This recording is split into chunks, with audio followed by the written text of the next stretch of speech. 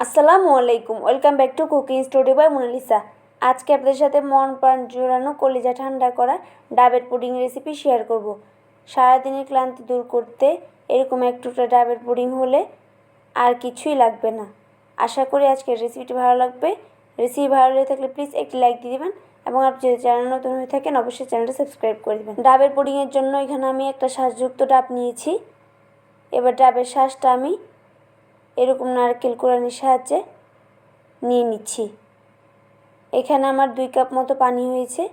এবার 2 কাপ পানি আমি একটা পাতিলে দিয়ে দিচ্ছি। পানিটা অবশ্যই ছেঁকে নিতে হবে।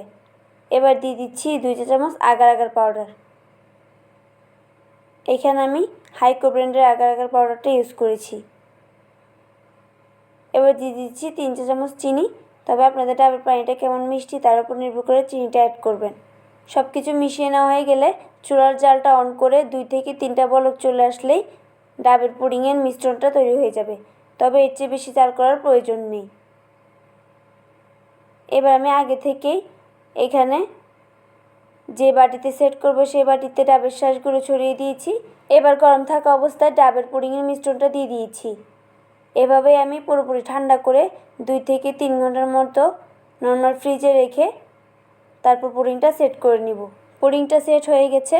এবার আমি চাকুর সাহায্যে চারপাশ এভাবে ঘুরিয়ে দিচ্ছি যাতে করে খুব সহজেই পুডিংটা ডিমোল্ড করে নেওয়া যায়। এবার পুডিংটা আমি ডিমোল্ড করে নিচ্ছি। মাশাআল্লাহ, পুডিংটা অনেক বেশি সুন্দর হয়েছে। পুডিংটা খুব ভালোভাবে সেট হয়েছে।